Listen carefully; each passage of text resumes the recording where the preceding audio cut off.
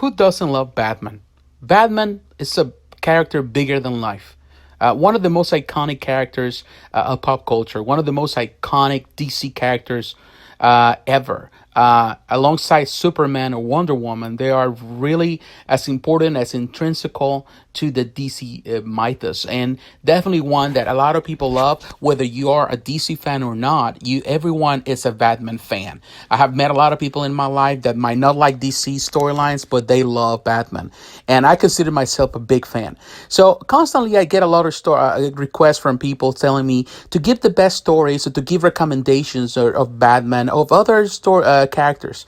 But knowing now that, of course, last weekend we have the celebration, in this case, of Batman Day, and I didn't get the chance to really show anything related to Batman. So I want to use this video to give you my recommendations. I'm going to give you 13 stories or 13 storylines that you should read. They're a must read for any Batman fan or for anyone that wants to be introduced to this timeless character. So definitely these are the list. These are my recommendations that you should read to really get up to speed, to know everything that has to do with Batman.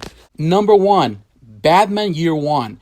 Batman Year One should be a must read, should be on your list, should be the first book that you should read in order to understand Batman. Batman Year One was created back in 1987. It was published by Frank Miller and David Mazzucchelli. Encompasses Batman number 404 to 407. And in this book, we see a fresh new Batman in his time where he's just fighting crime. It's also, we see his relationship between Jim Gordon and the Falcone family, and how all of this really affected the way Batman was behaving and affected the life of Jim Gordon and the relationship. Also is the introduction of Selina Kyle. Definitely is a great book to really know exactly who Batman is and what he stands for. And many consider this actually a story of Jim Gordon. And definitely is one of the ones that you should read. Number one, that should be on your list. Number two, The Batman by Jeff Loeb and Tim Sale. There's actually an omnibus at this point that contains the four major stories. You have the Batman, in this case, the Long Halloween should be number one on that list. You have Batman Dark Victory. You also have the 3 Halloween specials of Batman, The Haunted Night, which were collected at some point. And you have Catwoman When in Rome. But now, if you want to choose those stories, if you don't have the money to purchase the omnibus, you have to at least get to these two stories. You got to get the Batman, The Long Halloween, which was published back in 1996 to 1997, and you have to get Dark Victory, which published 2 years later, 1999 to 2000. The Long Halloween is a 13-issue limited series. Introduces a villain named Holiday. This villain kills people and holidays. And the story happens in the middle of a crime war between the Maroni family and the Falcone family. In this story, Batman works with District Attorney Harvey Dent before he becomes the Two-Face. Of course, this becomes the origin story of Two-Face, and also with Commissioner Jim Gordon. It's definitely a great continuation of the Year One storyline. And definitely the art of Tim Sale really plays really well. Jeff Love really understands the character, and really the stories are really well written, well paced. There's a lot of drama, and it really works phenomenal. Now, Dark Victory was a continuation of The Long Halloween, and it's a 14-part limited series if you include series number 0. But this is within the 3-4 years of Batman, being the Batman in his crime-fighting career. It presents a series of investigation of a series of murders involving Gotham City police officers by a serial killer known as the Handman. This happens in the middle of a territory war between the Two-Face and the remnants of the Falcone family. Definitely is a great continuation to The Long Halloween, and one that you should read. The omnibus includes, of course, the 3 Halloween specials, the Haunted Night, which is definitely just a compilation of those 3 stories that were created for the Dark Knight series, for the Dark Knight separate series, and it's just something that's prior to the Long Halloween. So it's involved. It's in this part of the omnibus, so it's good that you have as an extras. And Catwoman When in Rome, it really emphasizes the relationship between Catwoman, Batman, and of course the Falcone family. Number 3. Bronze Age Batman. You should read this, and we kind of tracing back a little bit, and we're looking back at the stories of Batman, Detective Comics, and The Brave and the Bold.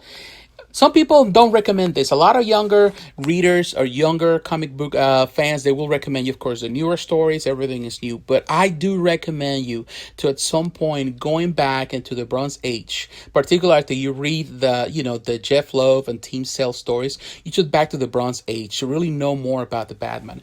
There's always a misconception that the Bronze Age or the comics of that era of the 70s were really too soft or too quiet or too campy. But in reality, this is a time where they're shifting the gears. There's a time where the Batman stories are changing from the Silver Age to the Bronze Age, and there's an evolution in the art. There's darker stories, a little more deep stories. The Bronze Age start developing, creating the image of what Batman will become. And if you want to choose the stories on this time period, you should look no further than Neal Adams. So you have to look at Batman by Neal Adams. There was an omnibus that was published and it was sold out, but it covers the 1968 and the 1976, the time that Neal Adams was involved in the project, the end of the Silver Age and the beginnings, of course, of the Bronze Age. It's also divided in 3 volumes that you can find in paper trade backs, or you can find them on digital format or hardcover. So you can find them in many ways. You should read through the stories. The writers there are some of the best writers for Batman during that time. You had, of all times, actually, you had Bob Haney, you got Dennis O'Neil, you have Len Wein, and also includes the inks of Dick Giordano, who was actually an inker for the Batman stories for many, many, many years. Neal Adams, needless to say, Neal Adams was the definition of who Batman was. He was the artist that everybody took inspiration from. All the artists in his era took inspiration from his art, and he defined what Batman would be. And most of the artists up to date look at Neal Adams as the inspiration for the way they designed the character. So definitely Batman by Neal Adams omnibus within the Bronze Age should be one. If you can also look at the Legends of the Dark Knight by Jim Aparo.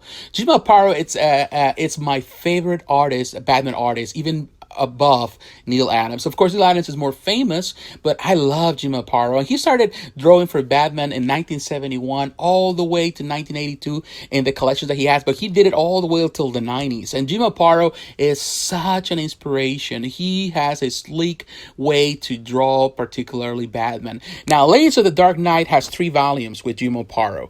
The writing is by Bob Haney. You got Dennis O'Neil, who is influential in the stories. These writers are influential in what Batman was back in the 70s. And you also have the stories of Gerry Conway. So if you need to read some of those stories alongside Neal Adams omnibus or the Neal Adams collection, you also have to have the Jim Aparo collections.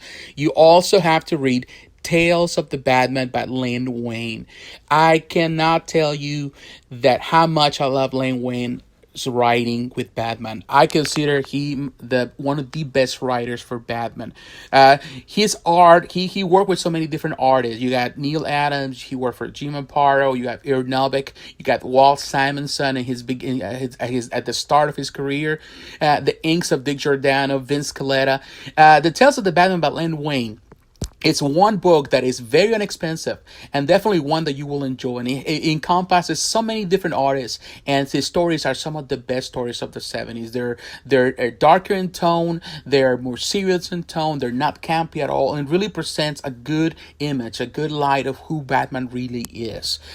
Also during this time period, you have to see Tales of the Batman by Gerry Conway. There is 2 volumes at this point of Gerry Conway. Gerry Conway is considered one of the best writers. He started at the later part of the Bronze Age, between 1976 to 1982. But he worked with some of the greatest artists of the time. He worked with Don Newton, Jose Delvo, Jim Aparo, Ir Nelbeck, Gene Colan.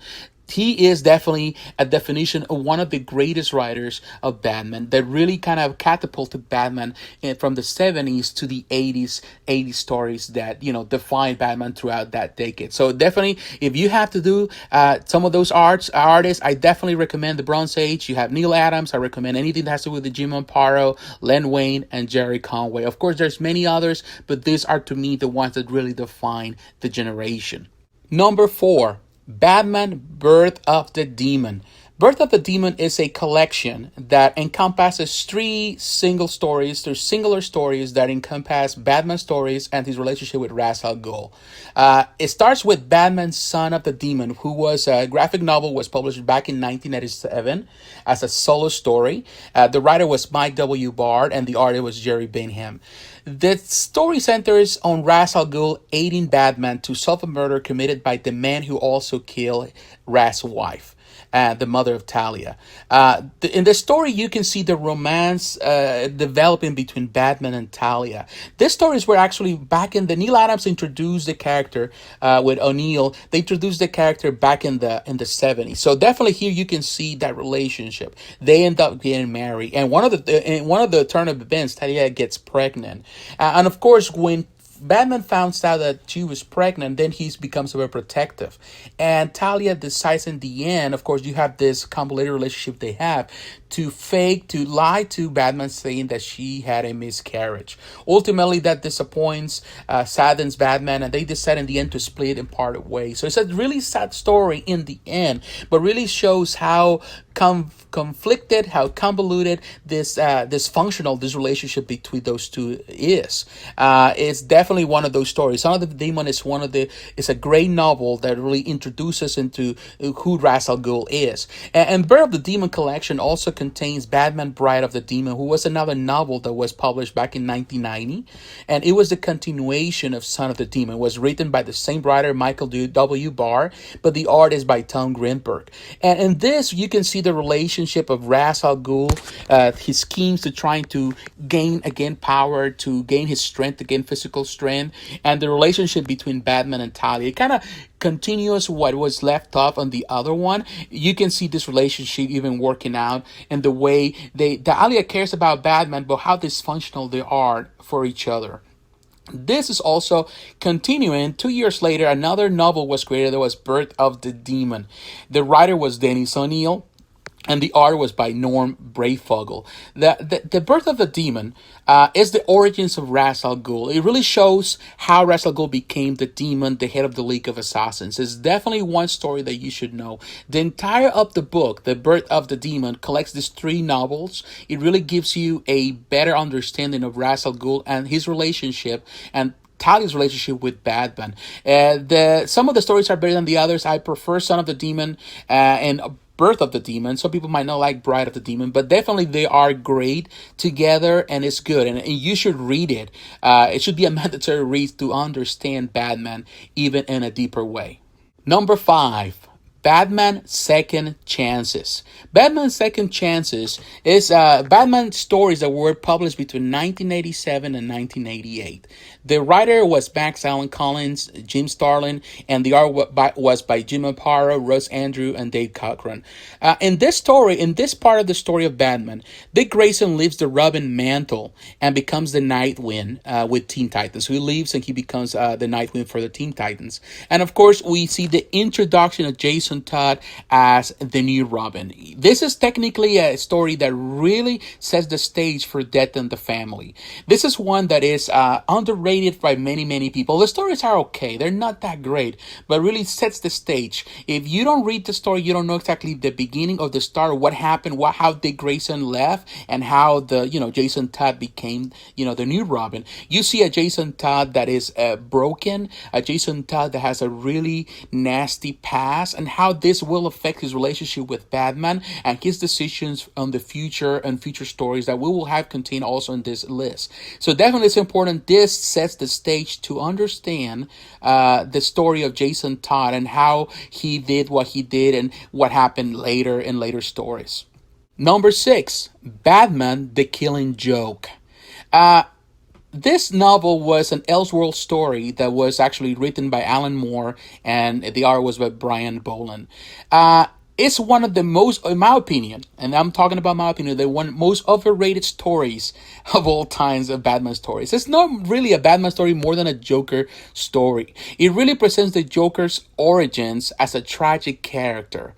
It not only does that, it affected the continuity by introducing the shooting and then subsequent paralysis of Barbara Gordon. And of course, that prompt her to become the Oracle at some point. So even though it was an Elseworld story, it was so popular and so well received by so many different people that in this story, of course, ultimately affected the timeline. It was not created with that intention, but ultimately affected. Many people were very critical, and I'm one of them, because of the treatment of Barbara Gordon. At that point, during that year, 1988, the months prior, actually, Barbara Gordon was retired as the Batgirl. So there was Batgirl Special, that it was a retirement of her as that. She left the mantle and all that. So she was no longer part of the story. And of course, killing her now, or not killing her, shooting her now, really affected that story. A lot of people were really hurt by it. And this really affected, of course, Batgirl for years to come. Of course, she became the Oracle, a big part of the stories and modern stories for Batman.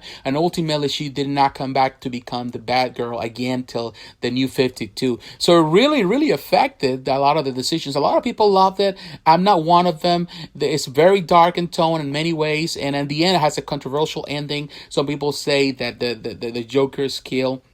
Some people say that Batman killed the Joker. Some people say that they just laughed together, and that was about it. Of course, it affected the timeline, but it's definitely not one of the best endings of the story. But it's definitely a must read for any Batman fan.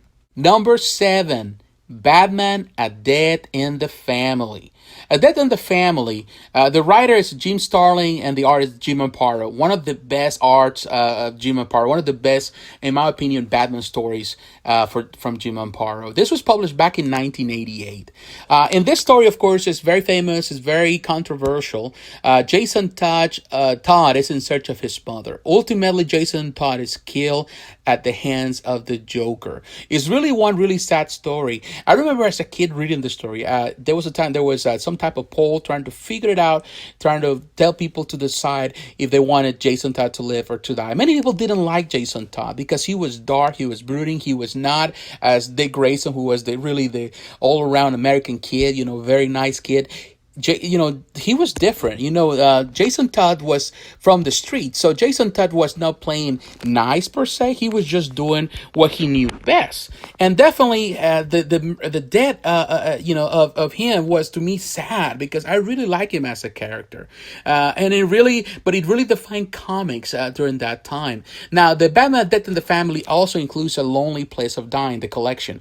It is included there. This was a continuation of that. The writer was Mark Wolfman and the artist Jim Aparo and also George Perez, because actually there is a crossover between Batman and the Teen Titans. In this is presented Batman reckless behavior in the aftermath of Jason Todd's death. And also the Two-Face is back and introduces Tim Drake as the Batman. It really kind of helps some of the relationship, soften some of the bad blood between Dick Grayson, now that he is the Nightwing, and Batman. So it's a good point to really know the story. It's a must read for any person that has known the characters overall over the years. Definitely a good way to know exactly how Tim Drake became the Robin. Number 8, Batman Knightfall. Batman Knightfall was the 90s, I would say, point of contention for many, many, many comic book fans. The writers there is Chuck Dixon. You have Joe Duffy, Alan Grant, Dennis O'Neil, Dope Munch. You have artists like Jim Aparo, Tom Grummett. You have Klaus Johnson, Ron Wagner, Grant Nolan, and countless others. To me, the 90s is a definition of a change in comic books. There was a lot of things that changed in a darker tone. So Batman was not just something different. It was not different from change. Knightfall was that moment of definition, the change for the character. The crossover is so vast. It crosses to a lot of different Batman storylines, different Batman comic book series. And it's divided into 3 single omnibuses now, but definitely you can also find them in single issues and soft covers and hardcovers. There's different ways you can find it. First, you have to start with Knightfall. Knightfall introduces Bane, who is definitely one of the greatest villains. I would say at least the greatest modern villain for Batman. Definitely it's there. He is his counterpart, I would say. He is the other on the other side. He is as tactical as he is. He is as smart as he is. He's very strong, and definitely the introduction of Bane was definitely defined. In this moment, we can see the world of Batman falling apart, and this counts for whatever happens to him with Jason Todd. We can see all of that. Batman working by himself, carrying all the weight of the world on his shoulders. All of that, it really plays part here. Bane breaks the Bat's back was one of the moments, very deep moments of the 90s, in my opinion. Knightfall was one of those greatest stories of the 90s. This is continuing on the for Batman Knightquest. With Knightquest was the continuation. We can see John Paul Valley Azrael takes the mantle of the Bat, how he defeats Bane, and also how he is mentally unbalanced, and the way he is fighting crime. He's ruthless. He is definitely ready to kill, and how he descends into this hell in his own mind. So this is the continuation.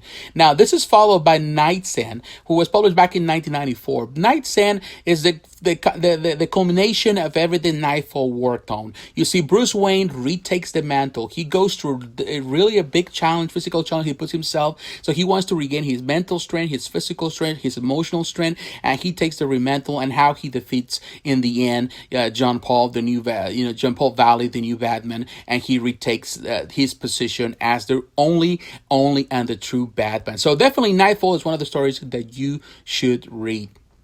Number 9, Batman Hush, was published back in 2002, between 2002 and 2003, written by Jeff Loeb, who comes back again to work on the title, and you have the art of Jim Lee and Scott Williams in the inks. Introduces Hush, the villain, the character. It also explores the romantic relationship, a potential there between Batman and Catwoman. It's one of the most beautifully rendered stories of Batman. It's not, I would say, so serious, so deep, or so hard to comprehend in the end, but the art alone, Jim Lee is at the top of his game. This is the best, in my opinion, the best art of Jim Lee, and it's beautifully rendered. And so many of those images that we saw there are so iconic. You see all the characters, all the villains, everything is brought together. Like Jim Lee is beautifully creating this gorgeous world. The story is simple. It's just a Batman story, nothing to write home about. But the art is so gorgeous. It's definitely one of those beautiful stories. The story, it's okay, but the art alone really makes it up. Batman Hush should be included in any Batman collection. Number 10, Batman Under the Red Hood. 2 years after Batman Hush, we see writer Judd Winnick, art of Doug Mahnke and Tom Gillian. Jason Todd is brought back to life as the brutal anti-hero, the Red Hood. Who doesn't love the Red Hood? Who doesn't love having Jason Todd back? And definitely this explores the relationship between Batman and Todd. The two different thoughts, different schools of thought. Batman really defending one that doesn't kill, that doesn't go the extreme. But then you see, of course, Red Hood challenging that idea, saying, why don't you really cross that line when it's necessary for the well-being of others? So we can see that broken relationship between father and son. It's technically a story of father and son. A son that is just going against the world because he is angry with Batman, who he considers a father figure in his life. I definitely enjoyed the Red Hood. The story, you can see in this case, Jason dismantling the Blast Max criminal empire, and how they confront some other villains, and in the end, how it's a redemption story in the end, and how much really Batman cared for Jason Todd. Number 11, Batman and Son. I can tell you one thing. I'm not a fan of Grant Morrison's writing. I've never been a fan of Grant Morrison's, particularly newer stuff, the stuff that he has done with DC or Batman in particular. But you have to give him credit. Batman and Son continues what happened after Under the Red Hood, and introduces this long stint that Morrison did with Batman, and Morrison has affected. He worked there for 7 years. He created stories like R.I.P. You got Final Crisis, Batman and Robin, who really shaped this universe. And he has a lot of detractors, and I can say I'm one of them. I've never been a fan of his writing. I don't care much about his stories, but you have to read Batman and Son because it introduces us to Damian Wayne. You enjoy in this collection, Batman and Son, the art of Andy Cooper, J.H. Williams III. You got Tony Daniel. So this collection really encompasses the introduction of Damian Wayne and also expands on the relationship between Talia and Batman. It's definitely for anyone that wants to know more about the stories of who Damian Wayne is, who is now the more modern Robin, is definitely one that you need to read to know him as the son of Bruce and the relationship between his parents and the rest of the characters in the Batman world. Number 12, Batman by Scott Snyder and Greg Capullo. If there's one thing that I can say about the New 52, for all the bad things that happened there in this era of comics, uh, Scott Snyder and Greg Capullo's Batman was one of the best, if not it was the biggest highlight of that time. The Court of Owls, Batman City of Owls, all of this is one of the greatest additions to it. One of the things I can say about Scott Snyder is that he understands Batman really well and what really characters want. And the art of Greg Capullo is at the top of his game. I always liked Greg Capullo over the years, and some are more than others. But knowing what he did with Batman, to me, is one of those storylines that should be put to the front. His art is beautiful. Not only because the art is good, it's because the writing and the stories are good. We see the introduction of the Court of Owls, who is a violent cabal of some of Gotham's wealthiest and oldest families who use murder and money to wield power over centuries. We also see their assassins, called the Talons. We see that war that happens between the Talons and the Batman family. Definitely, we come to find that they are responsible for the murder of, in this case, Bruce Wayne's parents. So definitely, really very intricate story.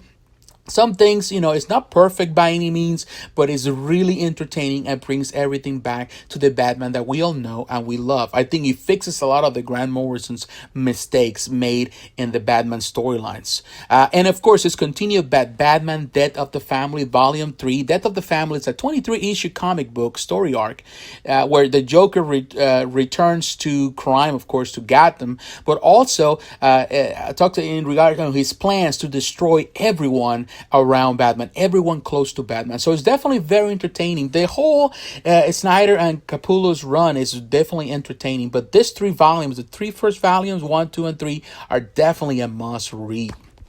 And finally, number 13, Batman The Dark Knight Returns, published in 1986. Everyone will tell you that The Dark Knight Returns is the best Batman story of all times. I could disagree a little bit. I don't consider the best story, the best Batman story, but it's up there. At least in concept, at least because of what it represents. Many people have said to me, or many people have said, you can hear all the time, that they came to comics because of this storyline. I don't know why, but yes, everyone is different, I suppose. But Frank Miller and Klaus Johnson crafted one single story that was just also created as an Elseworld story, but ultimately affected the way people perceive Batman. It's an alternate story with a 50-year-old Bruce Wayne who has given up the mantle after the death of Jason Todd 10 years prior. Of course, this is presented in this version. Introduces Carrie Kelly as the new Robin. Batman defeats the mutant leader and then in the end confronts and defeats Superman, which was a great feat, who in that moment he is working for the US government. It's definitely a good story. I really kind of like it. It's not perfect. I'm not going to say that it's just gorgeous or beautiful, but I definitely is one good storyline that is separate from everything else, but has impacted a lot of people. The darker tones, it really presents the story of Batman, who he is. In the end, it understands Batman well, who he is, and presents a future version of Batman, how he sees himself, how he sees the crime, how the world has changed, and how crime can be combated and the way you do it. So it's definitely a great story. It definitely that has impacted movies, impacted the comic books, have impacted cartoons, have impacted a lot of things in pop culture. I would not recommend to do the follow-up. It was follow-up with The Dark Knight Strikes Again, and then Dark Knight The Master Race, in which Brian Azzarello is helping Frank Miller and still is in production. I don't recommend those. I think you can separate those from the Dark Knight Returns and leave it just as it is, a standalone story. Is definitely one that needs to be read by any fan. Of course, through all this list of 13 stories or storylines, you can kind of take a deviation and change. But these are important. If you want to understand Batman, if you want to understand his storyline, who he is as a character, you definitely have to read this to really have a more comprehensive understanding of Batman.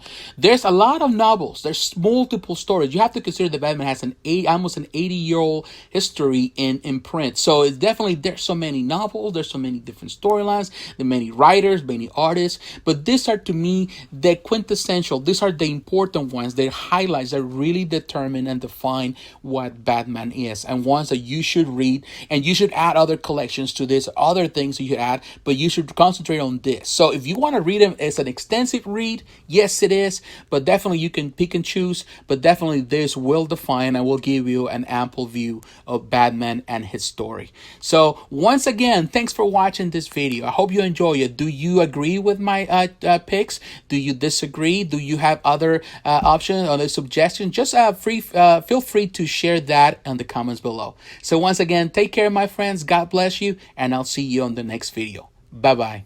We can make a wildfire getaway.